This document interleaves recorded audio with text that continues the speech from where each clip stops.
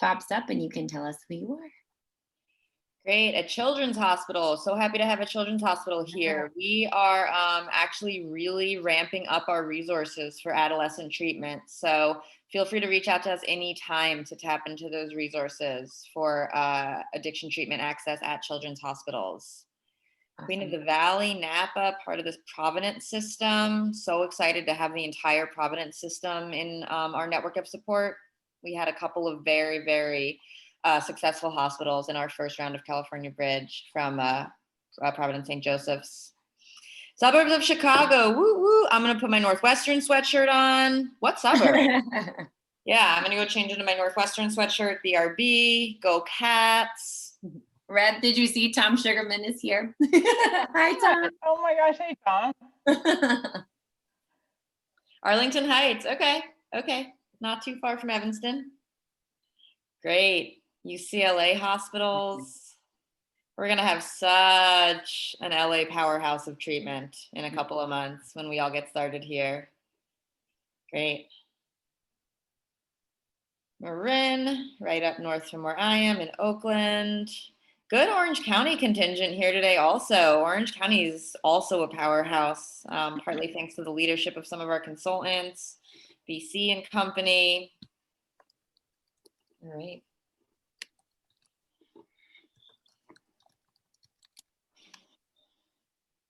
Hi, Andy, also from Illinois. Got a lot of Illinois, Chicago people here. I really am going to have to wear my Northwestern sweatshirt to the next one. So many people in healthcare in general have been through Chicago at some point. It's a house for like training and med schools and nursing schools and residencies and fellowships. It's a common place to have roots if you're in the healthcare field too. College sweatshirt is appropriate Zoom attire these days, right? Okay. I think as long as you have clothing on. Right. You're ahead of the game. Parts on the camera. Yeah. Hi, Jody. We've got Jody here who's supporting all of the sons who are coming onto the Sutter system. Jody and I talk a lot. We recently started texting. Anybody can text me. We love texts. I know it feels like, oh, is it okay to text somebody? Always okay. Andy's in a Northwestern sweatshirt right now. Yes. All righty. Go Cats. All right, KP Downey. Great. Southeast LA. We're so excited for the work with KP, presenting to KP again at 1. I don't know if you're part of that meeting. Hi, Tana. All right, Alicia, I'm going to let you get started whenever you're ready to go. Cool.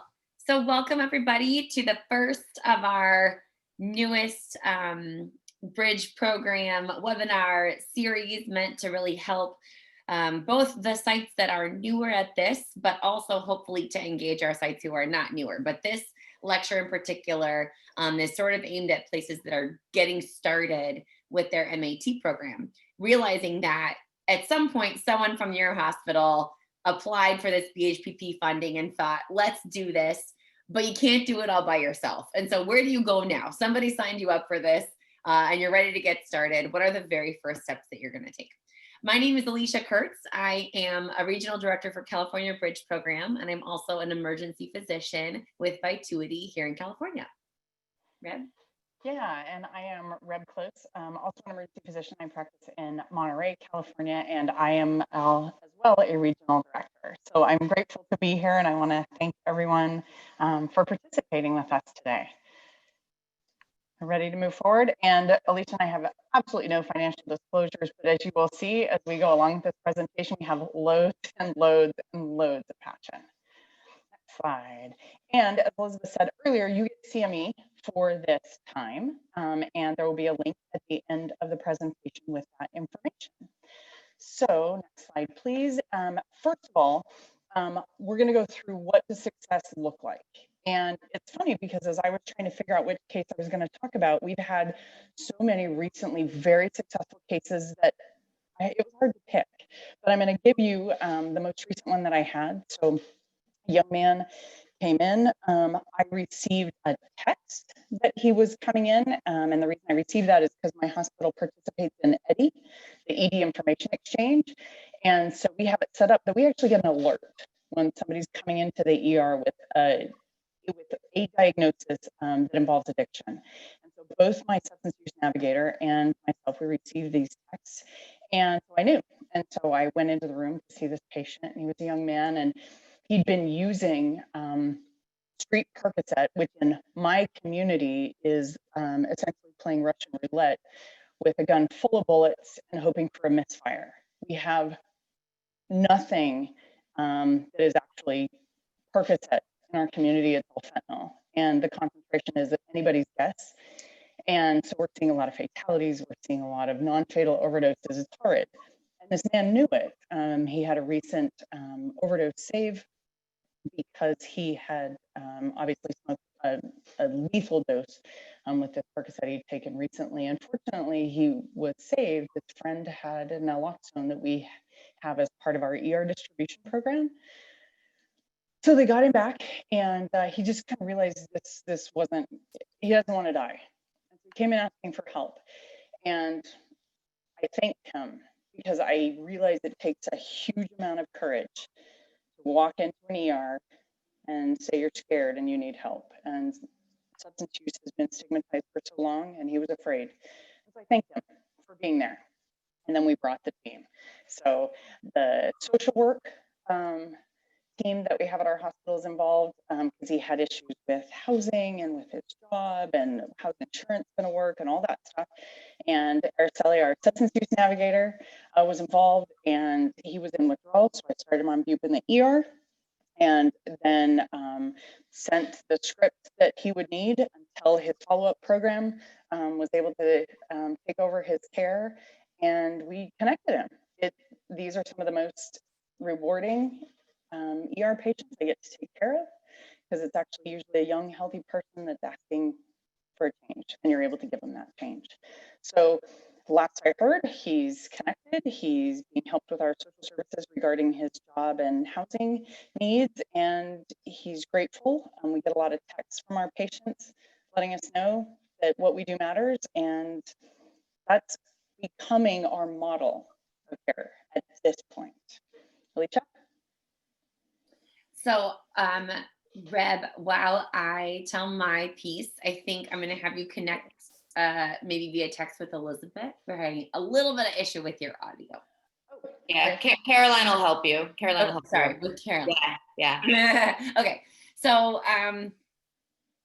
hopefully you guys were able to piece together. I feel like I still got the gist of what Reb was saying. But our goal was to sort of paint for you what does it look like when these programs are up and running. And so I'll share my own example from a hospital in Sacramento that I used to work at with one of the best substance use navigators ever. Her name was Jill. And we had a patient that had really been burned by the healthcare system. She had been become addicted to opioids initially with prescription pills, and had just really had a lot of destruction in her life associated with that. And finally one day was told by a primary doctor, like, look, you need to get help and you should go to this ER. And as is true for most patients who have substance use disorder, the ER is not often thought of as a fond place for them. They don't often have great memories of what it's like to go to the ER. They don't always get treated super well. But this girl came in really scared. And from the very beginning, the staff was welcoming. They told her, oh my gosh, you're so brave for being here. They connected her immediately to our substance use navigator. She was able to just feel supported through the whole thing. And then more importantly, there was an issue with her prescription and her insurance. And so it took a couple of days to get it sorted out.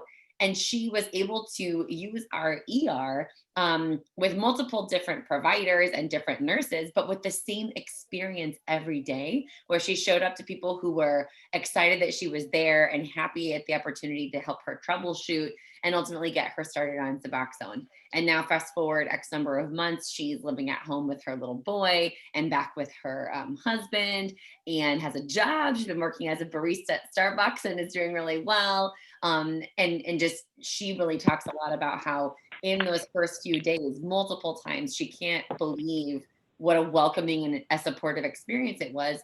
And she said, it made me feel for the first time like the issue I had wasn't one that I should be ashamed of, that it was a normal chronic medical process like anybody else. And so that's ultimately how smoothly we want these things to go. Like we want it to be the patient comes in, everyone knows what you're doing, your providers have got it, your nurses have got it, you've got a clean follow up with people. But the key is it does not look like that right away. And it takes a lot of effort. And at the exact same places that Reb and I are describing these really smooth, easy, successful stories, we have lots of examples of ways that it went terribly wrong, and all the times when it was really choppy and it was not a smooth experience for patients. And so if you're somebody who's at a site where you just got this funding, you're just getting started and nobody has a clue what they're doing, that's okay. That is normal. Everybody goes through that. And so we're here to help you.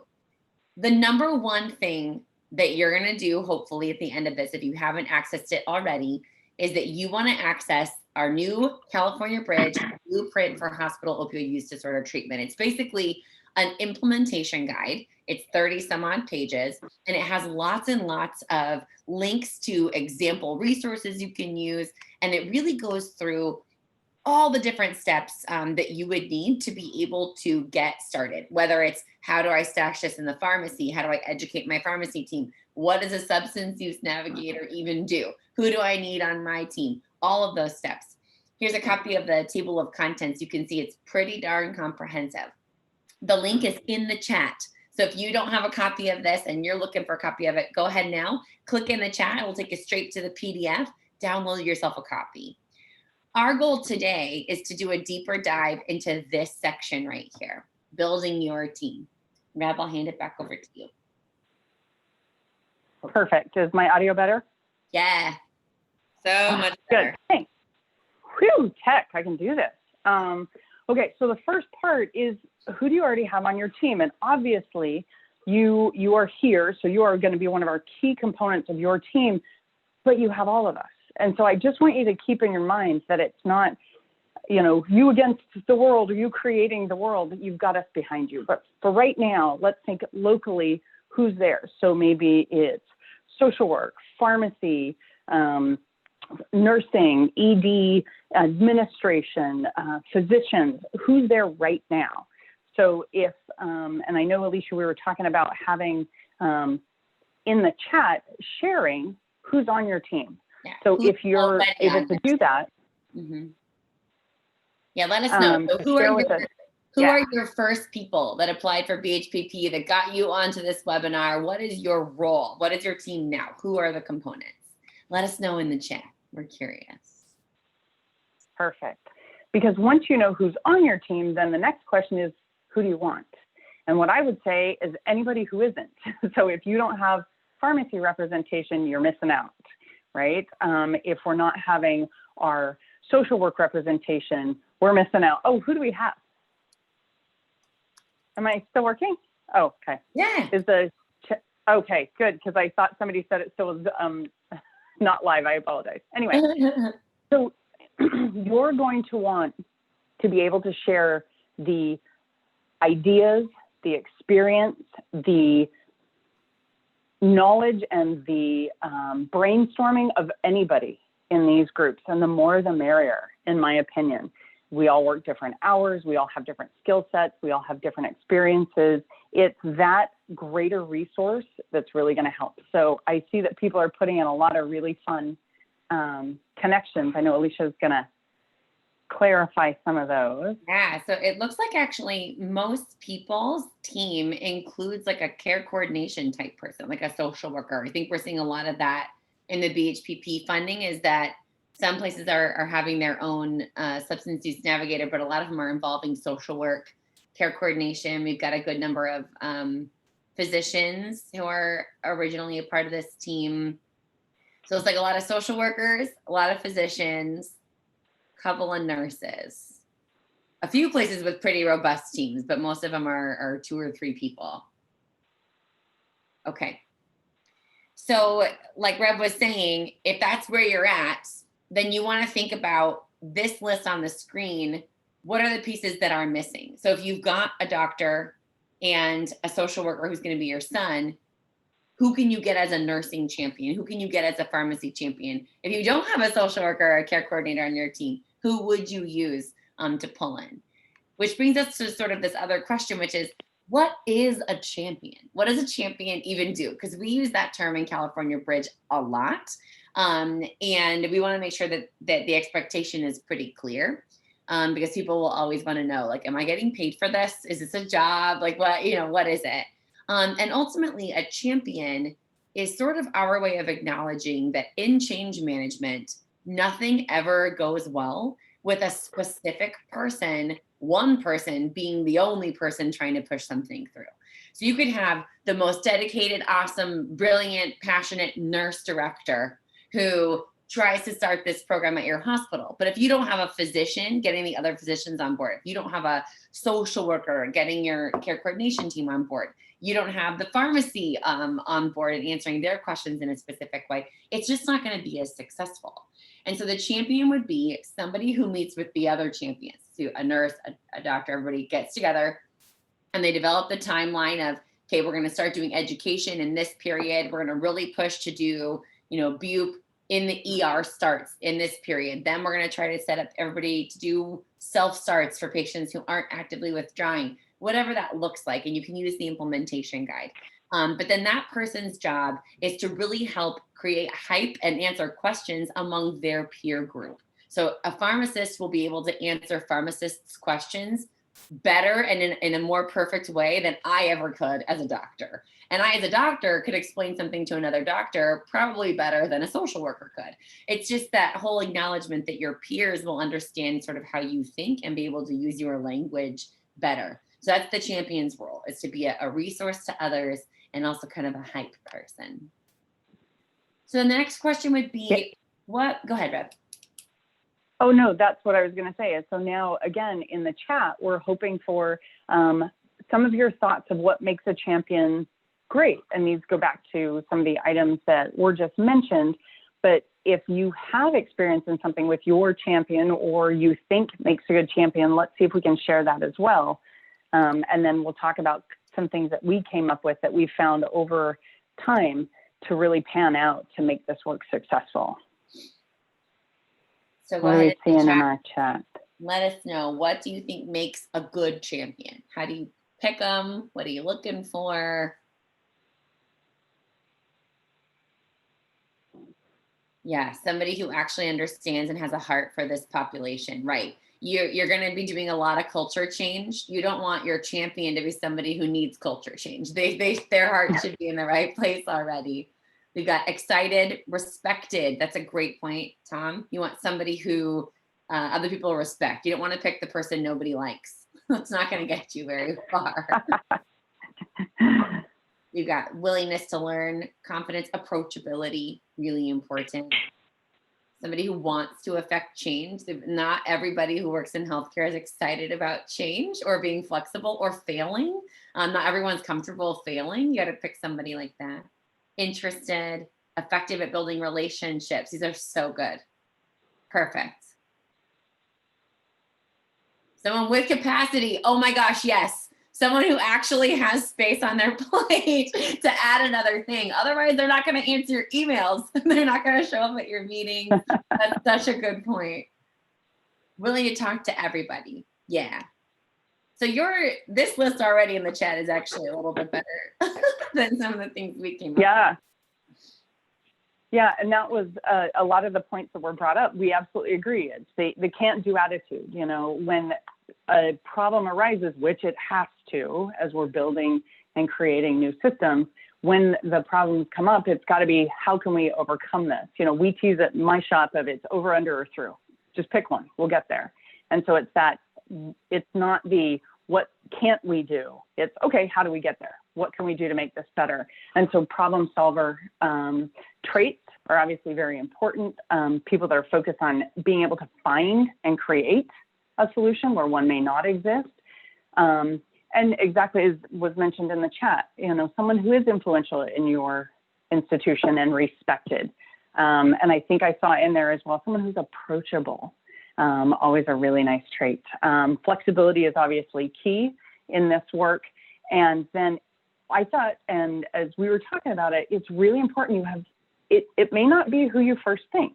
You don't know who's going, and we tease at my shop about out of the woodwork someone will randomly email or text or stop me on shift, I had no idea that that person may end up being super instrumental, and they are. So we think those are some great traits in champions, and I'm certain some more really wonderful stuff has come up through the chat as well. Yeah, a lot of similar what we're saying. I'll give you an example is at Mercy San Juan, one of our original bridge sites, one of our most like powerful champions was this ER tech who just had this way of like bringing up the conversation with people. So he'd be like pushing them to get an x-ray. He'd come back and all of a sudden he'd say, hey, I think the patient in room whatever should talk to the substance use navigator. I'm like, what are you talking about? Like just really had this way of doing it. But then all of a sudden all the other techs kind of got on board, and we had this little ED tech army that was very supportive of the cause. And I don't think any of us saw that coming. It wasn't intentional at all. So don't be afraid to think outside the box and let the natural champions arise as well. But which leads us to another point. And we realize this is a little bit of a sensitive topic, but we're going to name the elephant and talk about it anyway, which is that sometimes you don't get to choose your champion, right? So like a good example, sometimes the C-suite of a hospital will assign something like this under X, Y, or Z administrator who's not actually that interested in it. They're busy, they have a ton going on, they're dealing with COVID, they're dealing with sepsis, and they're just like, whatever, this MAT thing, like not my jam. Or, you have a nurse educator maybe, and they assign it to go on the nurse educator's plate. But like somebody pointed out, that nurse educator is already so busy, maybe she or he didn't have the capacity to add this. And so a person who's awesome, but too busy, or a person who's not interested might get assigned to be on your team. And so the question is, when a champion is assigned who's maybe not going to meet that level of passion or enthusiasm, what do you do to get this person to actually be excited or participate or find the space and the enthusiasm? So again, we're looking into the chat. Thoughts? Anybody have any idea on what you would do? Because this is a very real thing. We've seen it happen at all our sites. People get assigned to this work who didn't want to do it. How do we get them to care at all? Ooh, I like that. Science and data, that's true. So you could make a case, right, that like, here's some data, look at what a big problem this is in our community or in our state, right? You could pull some local facts like, hey, this is actually really important. Here's how many people are dying in our community. Here's how effective some of this is. Another one, a lot of information, the education piece, right? To get them to understand. Yeah, Liz, go to California Bridge. That's what we're here for. We're always meant to be a good resource to you for sure. If it seems like someone who's not super in it, ask them outright, like, hey, it seems like you're not stoked about this. Are you uncomfortable? What's the hesitation? Exposed to the population. Those are the people with great stories. Okay, that I think brings us to what Reb and I think might be the best solution, which is you have to win people with the why. Yeah, so I share my why every time I present, every time I'm asked, what is going on with you? How did you get so involved with this? And it's interesting because, we all have a story and our own story. I mean, I grew up in a family covered in addiction, no clue. It was so pervasive, it was normal, never even thought about it. But my why doesn't come from there. It comes from an ER shift and an ER patient. Had a 19-month-old that came into my ER, and as every person that works in the emergency room who's on this knows, hearing pediatric code blue coming in code 3 via EMS is one of the worst things that you hear as a provider, knowing that's coming into your department. And so I to this day call him my little man. And he wheeled into my ER, and I'll never forget his little blonde curls. And I intubated him, so I put him on a breathing machine because kids are strong. We got his heart back, but there was nothing else. And he didn't require any medications for sedation, for the IVs we were putting in, for the breathing tube, for nothing. And so when I went over to CT, because I accompanied him to CT, when I went over there with him and you looked at the CAT scan, when you're looking at a CT scan of a child, they're typically just beautiful. You know, they have all the peaks and valleys and the various shades of gray, and his looks like someone had just taken a paintbrush to it, just gray paint.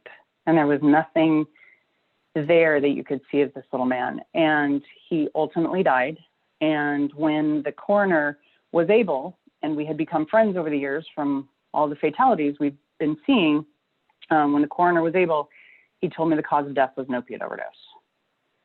And this little man, his parents were so horrendously addicted that he ended up dying of an opiate overdose. And that case changed me. I realized that this isn't, and this was years ago. So this was back in the kind of those people day, right? When the stigma was the norm. And I realized it's not those people, it's all of us. And so that story, it was not his fault. He didn't do anything wrong. Nobody could have blamed him for anything. There was no stigma for him. And so it really has helped me remind people of all the victims and to keep it something that people can relate to. You know, and as we all learn more about it, you look back at your own life and you're like, oh my gosh, I didn't even realize how much substance use existed in my own family. That was normal. This was so unexpected and so tragic that it changed my perspective and truly leads the reason I do this work. And that's why I share it so freely, is I think it's a case and something that people can really realize what this can do in a community. Absolutely. So some of you said this in the chat, and I think you hit the nail on the head that like there is just nothing more powerful than a story. And it's not always going to be one story that wins over everybody. Like Reb's story might really convince some people, but your story might be the one that convinces somebody else. A patient story, a success story, all of that. So we are big fans of data and science over here at California Bridge. And I think showing the evidence of why this works, how it saves lives, that you do have substance use in your community, that this is necessary, is one part of it. The other part is that you got to play to the heart, because in the end, that's really what all this work is about, is humans helping humans. So now we think that a really helpful exercise would be for us to take a beat in groups of 2, which we will hopefully magically put you into in just a second here. And your effort is you're gonna have about 5 minutes to each share your why. What's your elevator pitch? Pretend that the other person in your group, in your pair that we're gonna put you in, is a champion on your team who's like not super into this. Practice with your partner. What could you tell somebody to get them enthused about this or to want to do this work? Now I'm going to hold my breath and hopefully you'll all get put into pairs. We're working on that on the tech side, but Sure. wondering if we want to go through the chat and just address some of the questions we got while people think about their why. Yeah, so one of the questions that popped up so far, somebody asked, how do you encourage people to get their X waiver? And so I have some thoughts about this, but Reb, do you have anything you want to first stab at? Yeah, so how we did it initially is we were able to get some grant funding to pay for it for providers. Then when it became free and we had to get the grant funding off the books, we paid providers after. Once they gave us the X waiver, we paid them for that effort and time. I know a number of the programs are able to stipend the providers for doing it. But additionally, we have to do CME anyway, and it's free CME, and it also counts towards your paying CME. So I try to remind people that. The other thing is whenever I'm on shift and someone asks me to write the prescription, I kind of remind them, first of all, I'm happy to do it. I'm thrilled. But yeah, to see how easy it is. And so leading by example has been a big way that we've gotten a lot of my shop providers to sign on. What other ideas have people had for things that have worked to get providers motivated? I can tell you that a little peer pressure goes a long way also. So if it's kind of nice being like, if you have your X waiver, so for those of you who don't know, if you start a patient on buprenorphine in the ER and you want to discharge them home with a prescription for it, as of right now, lame, Someday this will change. But as of right now, you have to have a special waiver on your DEA license called the X waiver to allow you to do that. The training is free. It's online. It's 8 hours for doctors and 24 for advanced providers, being nurse practitioners and physician assistants. But it's a one-time thing. You don't have to renew it. It stays with you for forever. And it doesn't cost anything except time. I will tell you that at some of the sites I've been at or seen, once a certain number of providers have it and they're able to write those prescriptions, and the other providers see how much better care that is for the patient than them telling the patient come back tomorrow, there's a little bit of a peer pressure association in there. And so I think the harder ask is, how do you get like 4 or 5 of your providers to get it, and then see if that kind of changes the theme where the rest of them will. And so one of the ideas you might have, honestly, talk to your hospital and see if I know everyone's tight on money, but this grant, most of you who are on here are a site that received the BHPP funding. If you did, you just brought a good amount of money and services to your hospital. Ask for a little bit of it back. I would just like be bold, say, hey, can I get $5,000 to pay 10 providers each $500 to get their training done? It's, in the end of the day, is that some money? Yeah, it is, but it's worth an ask. And some hospitals might say yes. You're doing a ton of work to improve the care for your community. So that's one thing that I would say is ask them. Just make the ask. Ask for twice as much as you want. I'm gonna throw that out there for you. Always ask for twice as much as you want. And then, or work with your champion team if you have no money whatsoever, just to get a few people to do it first, and then see if that peer pressure and enthusiasm doesn't trickle around. Elizabeth. So, and there's a question brought up in the chat about a good argument for writing the prescription over just giving a dose and discharging with follow-up. We had that as well. It's honestly, and I will quote Amy Moulin on this, it's just easier. You just give them a week of meds, you've got that period of time. Many of us don't have next day or 2-day follow-up. Or, if the patient comes back to the ER, there may be certain barriers for them doing that. So truly, it's just better patient care. You give them more time to get connected, because oftentimes these are patients that have been really disconnected for a long time. So that's my reasoning for actually being able to write the meds, is it gives everybody a little time to bring the whole troops around the patient. Any other thoughts? There's a couple other questions about the X waiver in here. So Tom Sugarman makes a great point. If you're going to do a home start or a self-start BUP, you would have to have an X waiver. So providers who don't have their X waiver are not even able to provide that service, which is one thing. There's another question in here that says, can you even make an argument, though, for writing the prescription over just arranging follow-up? And I will tell you, let's rewind to April and look at how hard it was to get anybody any kind of follow-up in April. So while maybe you have a robust relationship with an MAT clinic when things are open and they can see all your patients within 48 hours, and so writing prescriptions is not super necessary, it sometimes is, though, because patients will come in on Friday night and they won't be able to get an appointment till Monday, or they'll come in during a pandemic and they can't get follow-up for a month. And it really is a much better opportunity to continue them on treatment, which we know the data shows us is imperative to them being successful. You don't want gaps in treatment. That's where you have relapses and overdoses and those kinds of things happen. So that's the argument, is that it's not always clean to get follow-up within 48 hours. And so therefore you want to be able to write that prescription to get people into care. So please keep the questions coming over chat. We're not going to move into the breakouts right now. We're working on that on the tech end, but we're hoping that we can call on, have a couple of brave souls use the hand raise function on Zoom, which you should be able to do, to tell us what your why is. We would love to hear from you. This isn't like a test. We're not going to critique you. We just want to hear from everybody else about what's your why. Maybe thinking back to the BHPP application, or anything that Reb and Alicia's stories brought up for you. I can, while we wait to look for somebody to raise their hand, I will also share. So I come from a pretty big family. There's 6 kids in my family. And my younger brother, at the age of 32, died on April 1st this year from an accidental fentanyl overdose.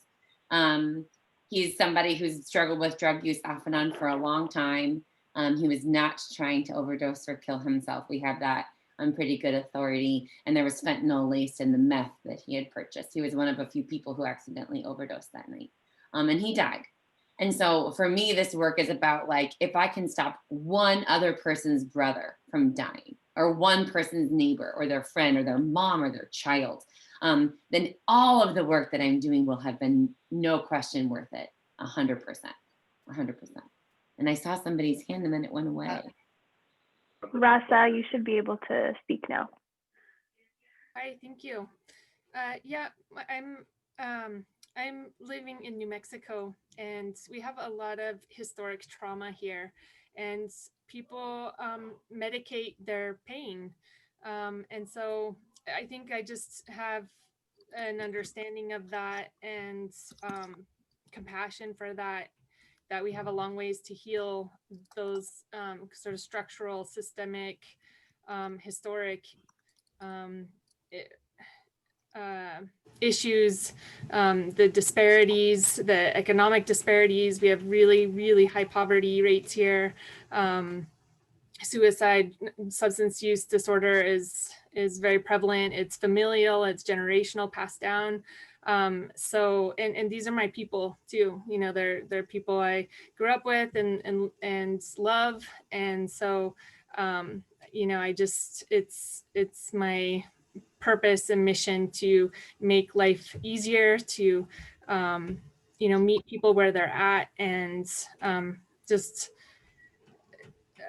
also a person in recovery, so I live every day the joy of sobriety, and so if I can pass that on to others, then you know, I think we all can help each other out that way. Thank you so much for sharing that. We're really All right, Patty. working in New Mexico. We have a couple of different organizations that we're supporting in New Mexico right now. So thank you so much for being part of this. Now, Patty at Coya Delta, we'd love to hear from you. I've just been involved with California Bridge Program for the last 6 months, and I'm also new to Coya Delta, and I'm the research specialist. And very similar to the previous speaker, Tulare County is one of the poorest counties in the state. In addition, we have the shortage number of providers as well.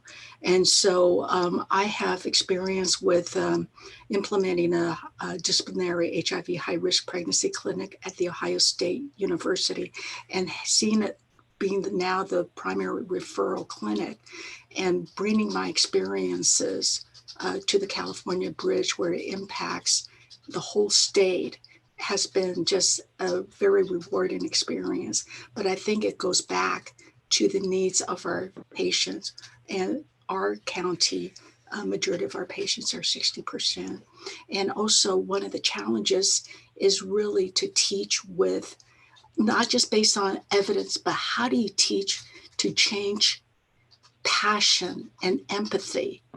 And that I've taught in many institutions, but coming to a hospital system purely, I'm finding that I need to figure out that they just want facts because of time. But how do you incorporate that? How can you be a role model to really deliver the compassion, the mindset, the culture as well? That's something I would look forward to improving myself on as well.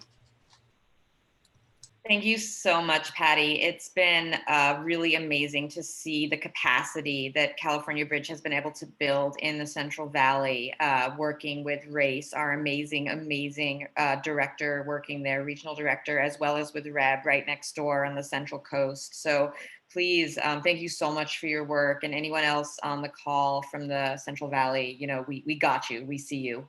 So we'd love to hear from you, Jane Ann. I think you're up.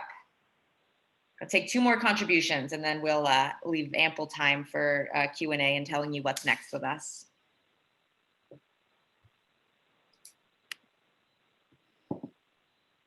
Jane, are you there? She's on mute. Give her a sec to get that unmuted. Oops, Can you hear me? Yeah, there you are. Okay.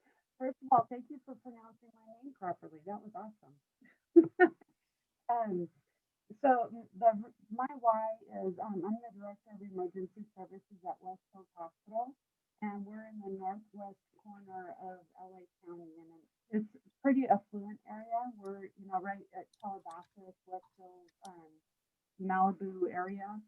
And we have a high volume of opiate addiction in our community. And my personal why is on February 8th of 2019, my fiance died by suicide, and he was struggling with clinical depression, and he actually had attempted suicide with a poly drug overdose prescription medications about 11 months before he actually was successful. And there is a history of addiction in my family.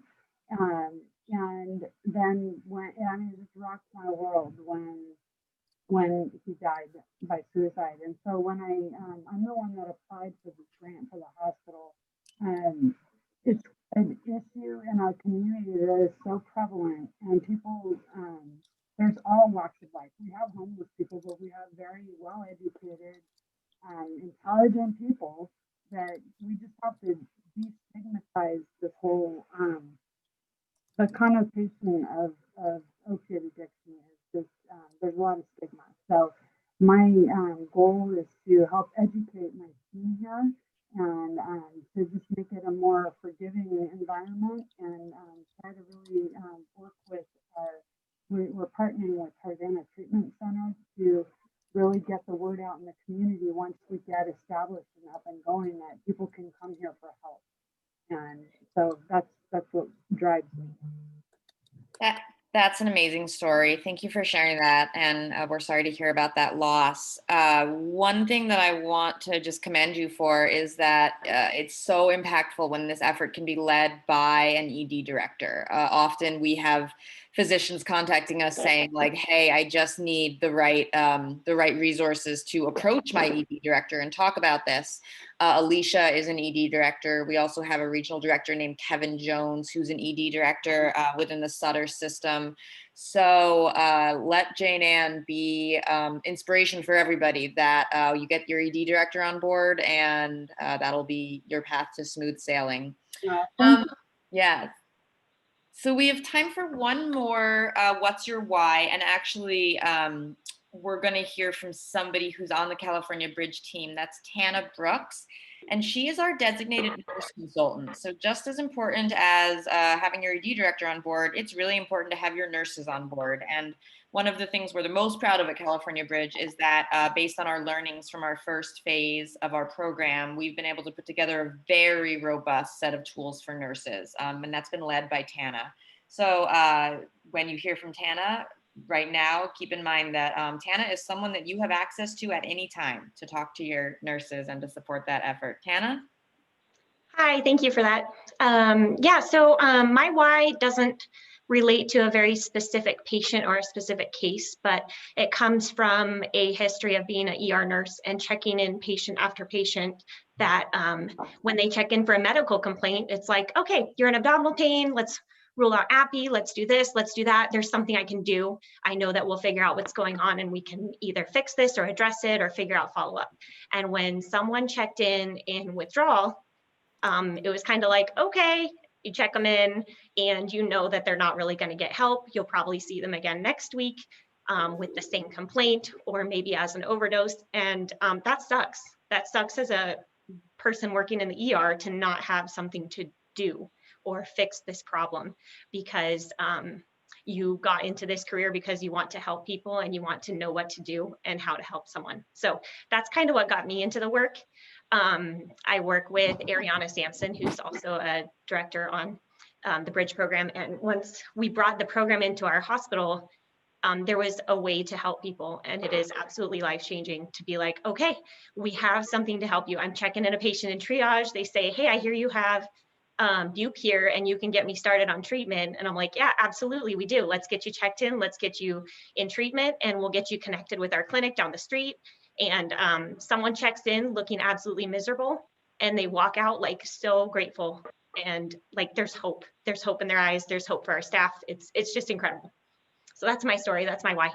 Thank you, Tana. That was amazing. And actually, I want to draw out one thing that Tana has said, which is that a patient might show up saying, hey, I hear you have something that can help me here. And you might be thinking, how would the patient have heard that? That is another reason California Bridge is here. We can help you develop an outreach plan, working with your substance use navigator and your entire community and hospital, so that patients do come, not even in crisis, just saying, hey, I hear you can help me. So now that we've gone over so many of your amazing whys and given you a little bit of a sneak peek at some of those resources, Alicia, Reb, why don't you tell us what folks on this training should be thinking about next? Well, I think that as a nice little summary of everything everyone has said, what we're talking about is echoing the why here at California Bridge, what we are here to do, which is to truly revolutionize the system of care for patients with substance use disorder. It's not just about touchy-feely. It's like, this is also science. It's bringing evidence-based treatment to a patient population. It's like as if we used to not have penicillin and suddenly we do. And now you can actually treat infections. It's kind of like that. That's what this is for 2020. It's like now we have a treatment for something we didn't have a treatment for before. And so now we do. So it's to bring that fast evidence-based care to our patients in the moments when they need it. And in the process, change the culture around how we treat patients with substance use disorder to truly honor it for what it is, which is a chronic medical, diagnosable, and treatable condition instead of something that people should be ashamed of. And that final piece has to do with connecting to our community, both in being a resource for our community, like Elizabeth was just describing, but more importantly, in connecting with those follow-up clinics, getting patients into long-term treatment that will actually lead to lives that are saved. So, Reb, you want to run us over these? Yeah, so as we were talking about is build your team. And so who's on the team, who do you need on the team, and how do you help motivate people with your why, and who are the important people to try to recruit. So we've talked about that. Additionally, so the next part is, okay, so what do we do so where do we go? What do we do? And that's in part why we've put in the link to the implementation guide. We have it readily available. That's the point, is to have this kind of laid out nicely so you don't have to create the wheel. You can just use everything that's already been established. And there are definitely timelines for getting things done, and different team members that can be assigned to different action items with deadlines to get them done to keep this all moving forward. And there are some tools available that we'll talk about on the next slide, but we're here. And that's the whole point, is so reach out to your regional director. Literally on shift, when I need a resource, I go to the Bridge site. That's where I find them. And so it's that level of, it's all right there. You can pull it on shift. It's ready to go. That's really helpful. And so we try to keep everything very updated and readily accessible. And so the next slide. There is the I'm at ED, which is a quality improvement tool that was put together for the Bridge. And I actually did this with my son, with Araceli. We did it together. And it was funny because we get to a question about, and I actually pulled up a couple of them for examples, but buprenorphine is available in varying dosages and delivery methods in the ED formulary. And there are things that I know that she didn't, even though we work at the same shop and we do the same work in many ways. And there were things that when the question came up and she answered, I was, really? I didn't even know that. So we have a tool to kind of open up the door of where are you, what do you need, and honestly, what services need to be enhanced, or what are you doing great on? And so that's already available. And so things like that are just ready to go. So you don't need to figure that out. We're trying to have everything ready to go. So more details on that will be coming soon to everybody, but I just wanted to share my experience working on it at our own site and realizing we still have so much to learn, and it really helps with the communication and the tracking of where you are and where you want to go. And then I just reposted the link to the implementation guide right at the end of the chat thread. So if you missed it earlier, Reb was just referring to like laying out all your goals, etc. That's the guide that you can use to figure out what those goals should even be. Yeah, so moral of the story, we have been working really hard at California Bridge to ensure that whatever you need help with and whoever you want to bring in, we have a resource for that. It's kind of like a button. We have a resource for that. So please, we hope you see this training as the beginning of a conversation with us. We do have these trainings monthly, highlighting all of our brilliant experts. So the next one will be on December 10th. And we hope to see you here. It will be specifically about beginning a program in the ED and then growing it beyond the ED. We really want to give people tools to start thinking about that growth past the ED early on. Also keep in mind, you can contact us for individualized TA at any time. Individualized TA can be anything from asking for a bridge expert to come and do a grand rounds for entire departments to, I just have a quick question about dosing. Can somebody call me back? And I do handle all of those requests. And if it's that latter request, then basically the next person I talk to will call you. So we were able to handle those pretty quickly. The form is on our website and we look forward to hearing from you. This is the survey for CME. So I'm also going to put it in the chat if you want it. And this survey, the CME will be good for 60 days. So this recording will be available. We'll send it out. Anyone within your organization who you think would benefit from this recording can view the recording and qualify for CME. So yes, there will be a recording so you can see it. So I think we will spend some time on questions now. So questions, you can put them in the chat. You also can raise your hand. And there was another question asked a little bit ago that said, how do I connect to other hospitals doing this in my area? And the answer is go to your regional director. A lot of us are either geographically or system based. And so like, for example, I do all of the Dignity Health sites. There's Dr. Jones is doing the Sutter sites, Ray Savora is like the Central Valley. So we're all divided a little bit differently, but if you want to connect to other people to share ideas locally, go to your regional director and we can, at least within our network of regional directors, help you connect with whoever you want. So use us. Really, that's what we're here for. Yeah. Question. And there's a question that. Go ahead, Reb. Sorry, I was going to say there's a question that came up in Q&A, and I know at least I know of one of our residency directors that is on the call. So I'm wondering if this question has already been answered, but I think it's a great one from Patrick. I don't know if everybody can see it, but we're thinking about having our EM residents go through MAT training, and then once they get their DEA, they can apply.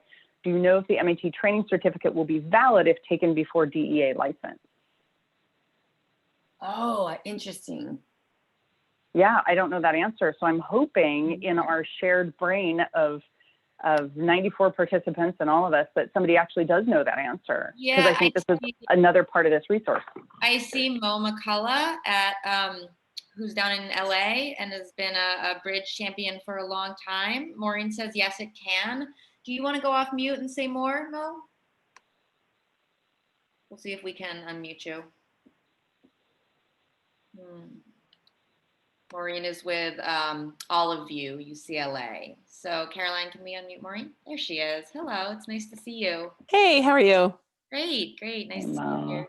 So yeah, you can definitely take your the X-Waiver training beforehand and then just kind of hold on to it. And when you apply for your DEA, you submit that. So we have sent many interns through the program. And we've actually, we got the same type of grant that Reb got and have rewarded attendings and residents and NPs for getting their X-Waiver, which has been very, very helpful.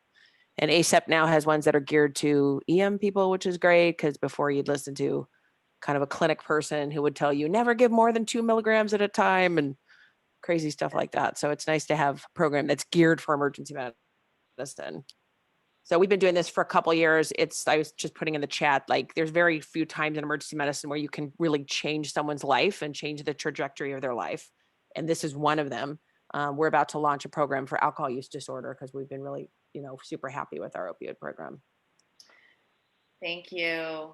That's great. That's awesome. Thank you again for your advocacy of this program. It's been amazing to see the progress that you all have made in LA. So really important question that just came through from Emily Bacon. I'm going to try to put the California Bridge Executive Director, Serena Clayton, on the spot here, calling on Serena to hopefully be able to unmute and answer this question. If I can't catch her, I can answer it. There she is.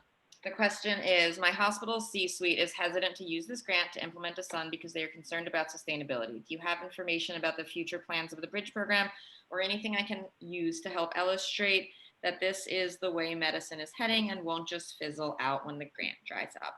So I'm going to let Serena answer this, but the bottom line is California Bridge is not setting itself up to end in 2 years. So Serena, what else do you want to say? Yeah, sure. So that is definitely true for us at California Bridge. And also our mission is to make this model of treatment the standard of care. And we can't do that if the critical position involved in the model of care is a grant-based position. And at the moment, that's how most of the SUNs are funded. But we have a really strong focus in this next round of federal funding that we have for the next 2 years to figure out how to bring in sustainable revenue for that position. So I cannot tell you right now that there is a super simple magic bullet where you just go out and do this billing and it all falls into place. It requires health plans or counties to participate in a way that they are not required to do. So we have work where we're working with a handful of sites to launch pilots of some of these billing and collaboration strategies with health plans. So that's really to try to figure out how can we make the model sustainable working at the hospital level. And then at the same time, we're also working at the state level to figure out how do we make some of these things more allowable or more required. So one example is that billing for expert has been required in the primary care setting. It won't take effect until either, I think, the end of 2021. But we'd like to see that also be extended to the emergency department so that the services that a SUN provides, which can be conceptualized as expert, could be billed from the emergency department setting. So, and then there's a lot happening in California around Medi-Cal reform, and in all of that work, we're looking for ways that how can we advocate for policies that will make this model more sustainable. So no easy answer today, but hopefully stay tuned over the next year or two, we're gonna have some better solutions. Definitely something we're working really hard on. Great. Thanks, Serena. Sorry to put you on the spot there. Appreciate it. What else? Other questions? And I would say in the absence of having a solid answer about sustainability, I mean, you could always work with your C-suite and say, fine, why don't we just be clear on our, for now, with our job description that it's a 1-year position and see what happens. Because a lot of the work that will get done when this person gets there, like, is groundwork that has to do with education and training for the entire team. And so there's a lot that will happen over the next year that won't have to be repeated while you're letting us on the back end be working on how we're going to keep funding that person's position later. So for now, I would raise the argument that it's about more than that position. And can we just, you know, eyes wide open, hire somebody and let them know and just get the work started.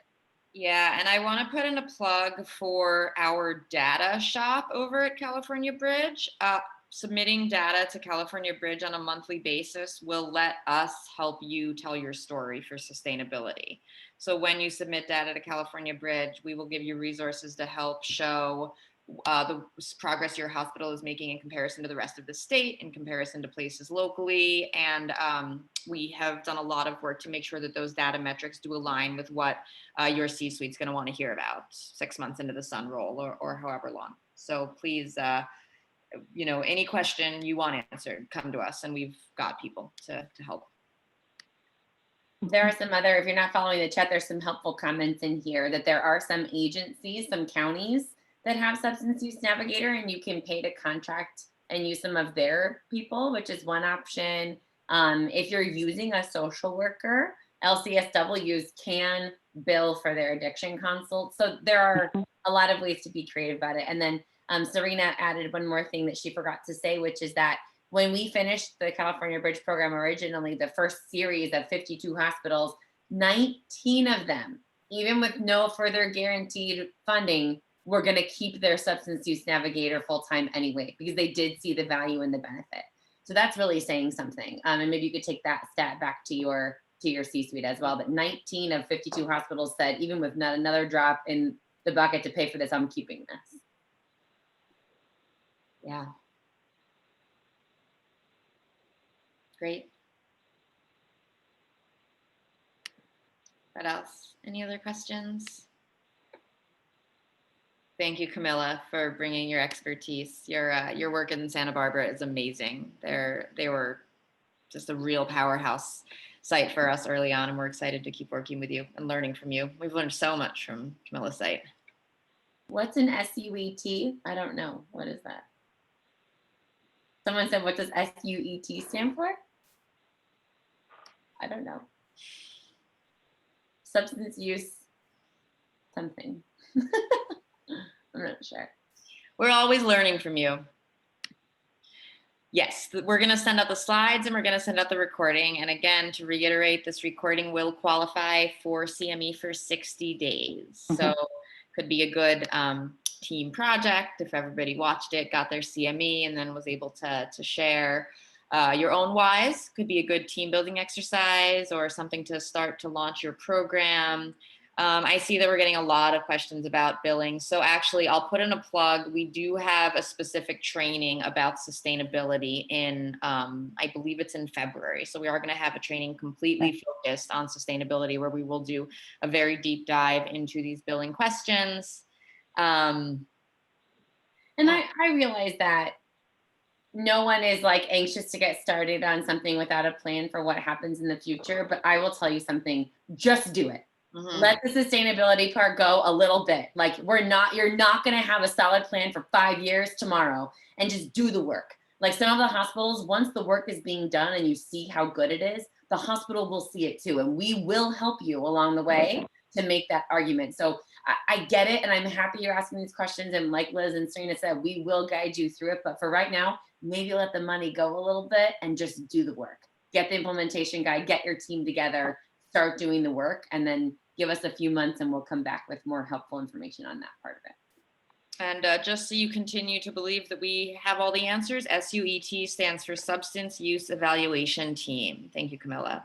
So happy to stay on a few more minutes for folks. Otherwise, we really look forward to seeing you at our future trainings, and contact us anytime. I'm living a very COVID safe lifestyle, so I'm always at my house hoping to hear from you. And then I call Reb and Alicia and tell them what we need them to bring their expertise to. So we look forward to hearing more from you. Thank you, everybody.